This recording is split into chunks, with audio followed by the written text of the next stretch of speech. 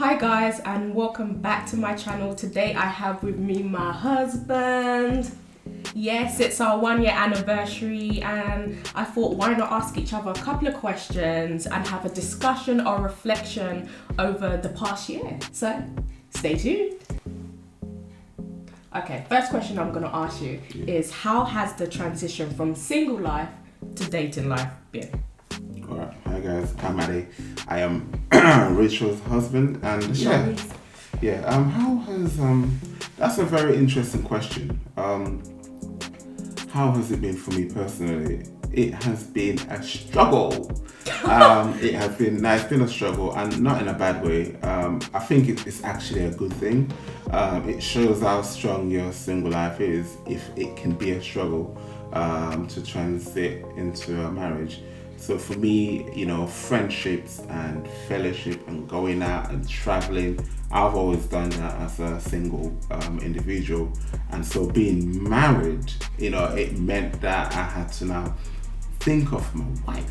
You're damn right. Got to think of my wife in every situation. So the image I've got, it's like, just imagine somebody is doing some type of Photoshop. You've got a crop and then make sure that my wife is included in everything. Yeah. So I mean, like, one of the greatest things that I enjoy doing, previously was be traveling to Jamaica and Canada and just traveling to an Airbnb with a lot of the man them, just chilling, relaxing. I had fantastic memories, and I've just got to cut and crop and paste that cannot be any longer. It's got to be modified. And so for me, it has been challenging in terms of just going out and fellowshipping and chilling with the man them for hours until late. That cannot be. There has to be a change. And so it has been challenging, but it has been good as well, because I feel like we'll all have to do it. So it has been an interesting. What about you, babe? Well, to touch on what you said about the going out with the mandem and everything, it's not as if you can't go out. Do you know what I mean? But in terms of married life, I feel like it's important to have a time frame.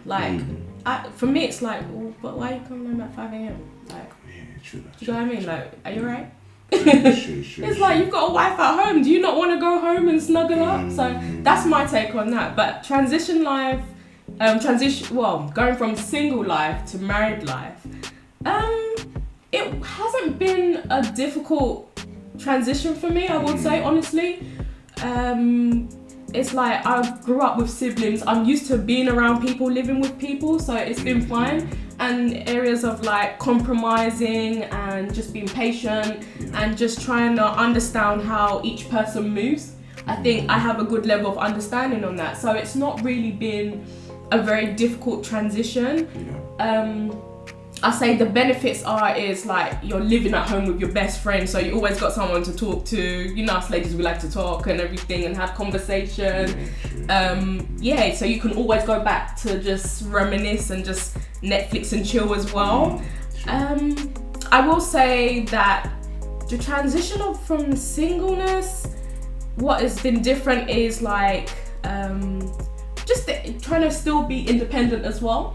Okay. For example, I sold my car because we don't need 2 cars. True that. So, and with me, it's I used to like to drive around, go this place and that place. Not that there's anything wrong with it. It's just, it's different. Usually it's hey, I own this. True. So now it's it's ours. So adjusting to that, it's ours. Terminology, and just that's the transition for me. But on a level, it's been very positive and I've enjoyed it. I'll say I'm just quite an adaptable person.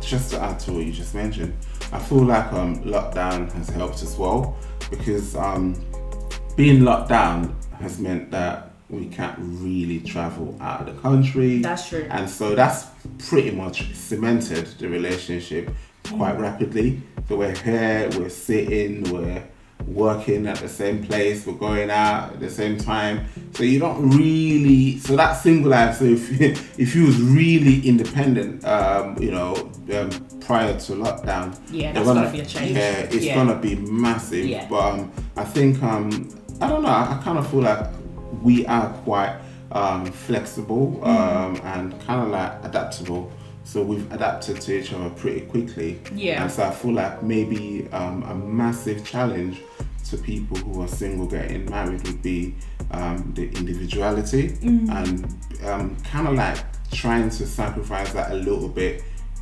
just to get some type of unity, togetherness. So I kind of feel like it's been pretty easy for me. So yeah. Okay. What was the most important advice you were given before getting married? Well, I would say the most important advice was God first, then your husband. So for me, that was always putting God at the center of everything that we do as husband and wife. Yeah. And secondly, then ensuring that my husband is cared for, I am attending to his needs, vice versa as well, isn't it? So, and then of course, family and friends after. That's how I see it. Okay, yeah. That's how I see it. So that's potentially your outlook on it. Yeah, that's my outlook on it. It's going to be challenging for me because I feel like I've got a catalogue of different advice. You can say one or two. Yeah, I think I'm actually 3 actually. I think the most important for me, even though I do hear the analogy that, you've got a triangle, at the top you've got God, and then, you've got the wife, or you've got God, wife, husband, like a triangle. Yeah. And so you've always got to kind of like meet together to meet to God. And I like that, and I think that's beautiful. And maybe, I suppose, in a holistic way, you could view it like that way. But for me, I feel like the most important thing is your relationship with Christ. That is the most important thing in terms of, that's one of the criteria in choosing a wife as a Christian, or choosing a husband, is the fact that that person should be a Christian and Christ should be the center. And I feel like Christ being the center, that affects every other area of life.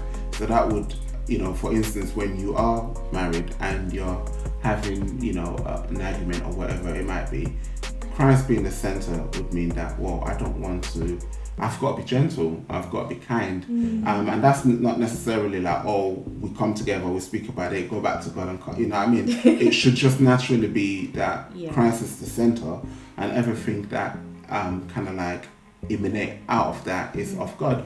So I kind of, So would you say it's kind of like the characteristics when you mentioned gentleness? So use an example of having an argument. So in that argument, sometimes someone may want to just lash out or this and that, but also stepping back before you respond and just kind of contemplate like, okay, how can I be gentle in this situation? You might not exactly like what the person is saying or agree with it.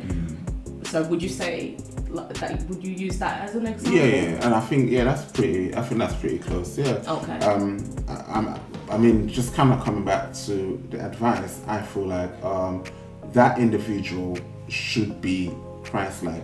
That individual, like you mentioned, should have the characteristics of, you can clearly see the fruits of the Spirit in their life in terms of being gentle, quick to forgive, being kind, being slow to anger, and all these things. And you might not see the entire package, to be fair, but there has to be something to work with. So for me, one of my greatest advice, one of them, there's 3, 2 left, one of the greatest would be that person should be a Christian and should be exhibiting Christian virtues. So that is important. I think another important one is the fact that compromise. You've got to be willing to compromise. So was that the advice someone gave to you? Yeah, that would be that. Like, remember, I've got a catalogue of different advice. So one of the top 3 would be somebody who has Christ in the center. It's all about being a Christian, and that should kind of like flow into their devotion life, into work, and into what they do within ministry and things like that. I think that's really critical. It's very critical, and I feel like there is no room for compromise in this. The second would be, as I mentioned, compromise. One has to be able to compromise. If you remember 2 different individuals coming together, you've got to be willing to compromise. There's certain things you're gonna have to. It's gotta go. Certain things have to go, and certain things will be harder. Yeah.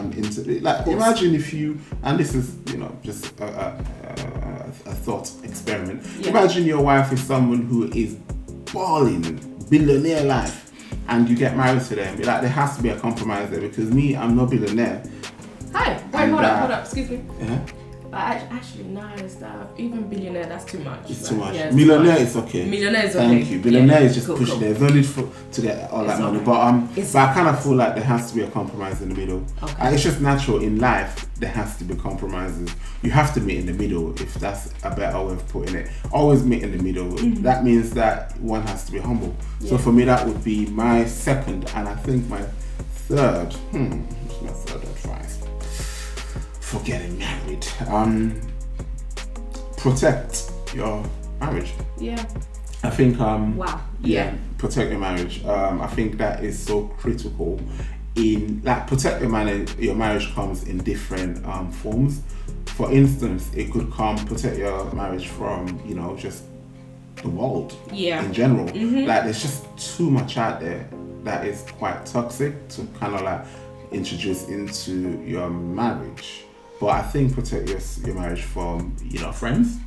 That's true. My friend cannot be coming to me and saying that, you can't be saying negative things about my wife. Oh boy, what? Yeah, exactly. You know what I mean? Yeah. No, that cannot be happening. And even family, one has to protect one's marriage against family. There's a reason why the scripture says that a man should leave mom and dad and cleave. Yeah. And I feel like that's important. There has to be a shift.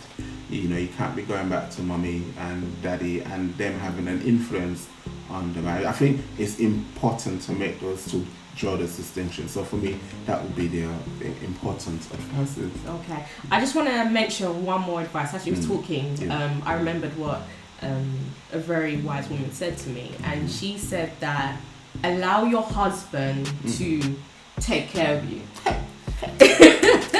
She said she said that, and I didn't really deep it at that time, but as we got married, and I was like, wow, I do remember there was one time I remembered her saying that.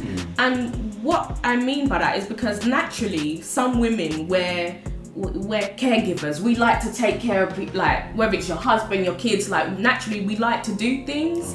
And sometimes you can get caught up in it that you just end up doing you're doing washing, you're doing cleaning, you're doing cooking, you're doing this, you're doing that, and there's no equal balance. So when Ade will be like, oh babe, I'll do this, and sometimes like, oh wait, I would hold myself, I'll be like, no babe, I'll do it, but then I'll be like, no, stop it. Let me allow you to do it for me. So allow my husband to take care of me. So there's that equal balance. So I'm not coming to you and saying, oh babe, I feel burnt out or this and that. It's equal ground.